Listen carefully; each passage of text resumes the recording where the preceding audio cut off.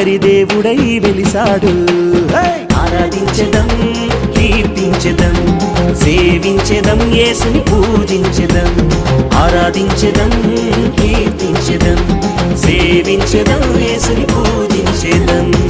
పూజనీయుడు యేసయ్యా బెత్లెహేములో పుట్టాడయ్యా. ప్రేమమయుడు Messiah ప్రేమగా ఇలకు వచ్చాడయ్యా.